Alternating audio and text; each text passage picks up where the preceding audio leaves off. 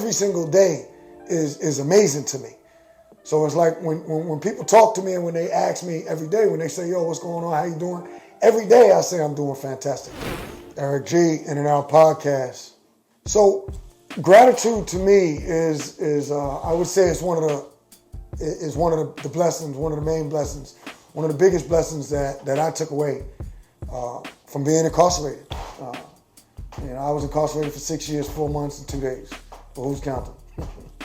And so one of the things that I realized in order to be able to survive in there is gratitude and focusing on yourself.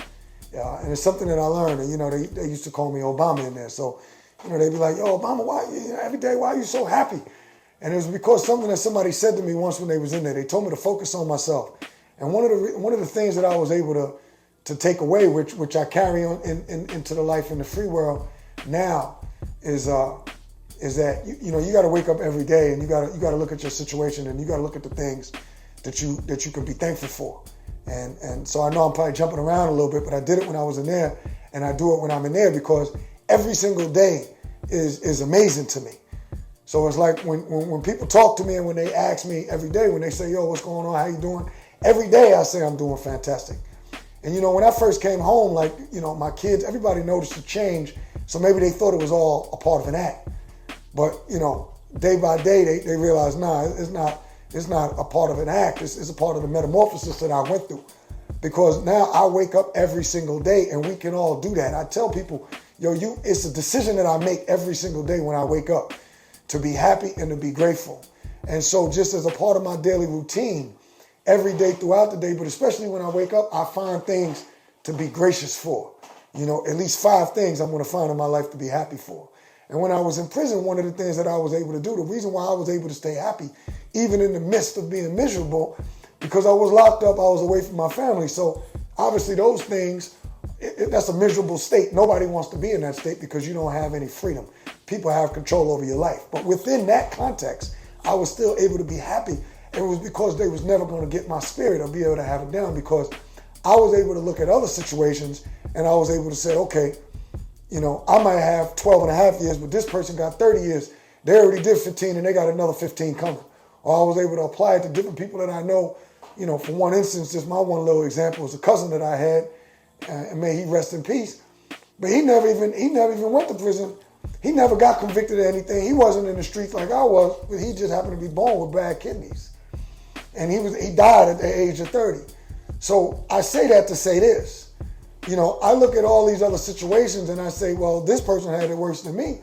And they didn't even make a conscious choice. But yet and still, he was born with something that took his life. Me, yes, I felt like I got a raw deal. That's how I felt. But I knew what I was doing. There ain't no question about it. One thing for sure and 2 things for certain. When I was selling marijuana and I was getting that money, I knew it was illegal. Now, did I feel like I should have got the amount of time I got? Of course not. But at the same time, I knew that what I was doing was illegal. So I say that to say, I look at my own situation, and instead of having a pity party for myself, I realized, okay, I'm going to do this time. I'm going to do it the best way that I can do it. And I can look at other situations to realize that even though I might have this situation that I'm in now, I'm still truly blessed. So I look at everything as a blessing, because I know I could always look at a situation when I was my most miserable during that first year. I would always look at, I wish I could be out. Oh, if I was out, what could I be doing? Oh, if I was in the free world, what could I be doing? What is my wife doing? Oh, I wish I was there with my children. I wish I didn't do so and so, I wouldn't be in here. But no, that's not the way to look at it, because when you could always look at that things could be better, the better way to look at it is things could always be worse.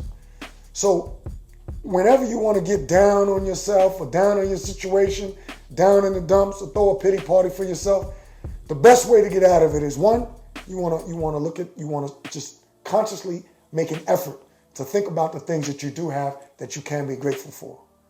You can even look at that and you can compare the things that other people don't have that are doing worse than you. Don't compare yourself with people that are doing better than you, because that's an impossible thing to keep up with. Like, no matter how much you have, you can always look at something that someone has that you don't. And then that's gonna lead to discouragement. But we want to stay focused. We want to be on encouragement. So you want to focus on yourself, and you want to look for gratitude. You want to look for things that you can that you're thankful for. And if you do that every single day when you wake up, that's going to set the rest of your day on a positive trajectory. And that's what all of us want to do. And if you ever need a reminder, man, you just always start thinking about, things that you can have to be grateful for. And if you make an actual intentional effort, when you wake up, even if it's something as simple as, I got my sight, I can see, or I can walk, I got good health, your children, whatever it is, I don't know, that's for you to decide. But you got to name intentionally at least 5 things. You can do a lot more, but start off with a minimum of 5 things that you have to be thankful for. That's going to set your day in the right direction. So you want to focus on yourself. You want to find things to be thankful for. And you want to always look at, what you do have rather than focusing on what you don't have. That's what people do when they live through IG. You don't want to do that. Because when you live through IG, you really you focusing on people's highlight reel. Nobody on Instagram shows you their best all the time. All they're doing is showing you a highlight reel. You don't even know what they went through. They might have did 1,000 takes before they shared that one picture with you. You already know when people is taking pictures, what do? They do 1,000 pictures in a second.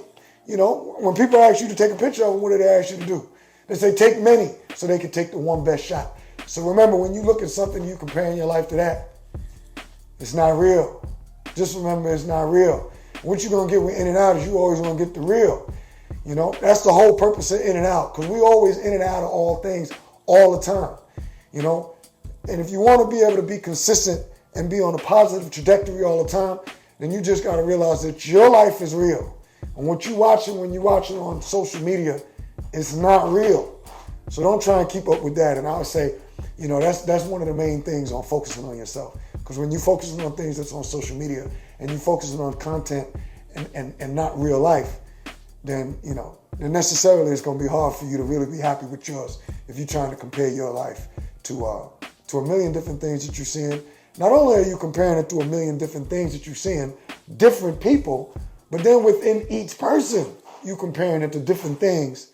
That's once again, it's what? It's a highlight reel. So, if you want to do that, then you can make your own highlight reels.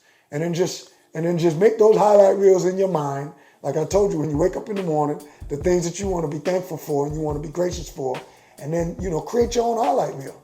Throw out the bad things and the things that you don't like, and then just keep the good things, the things that you do like, and then you focus on those. So every morning, you'll have your own highlight reel, and then you'll be good.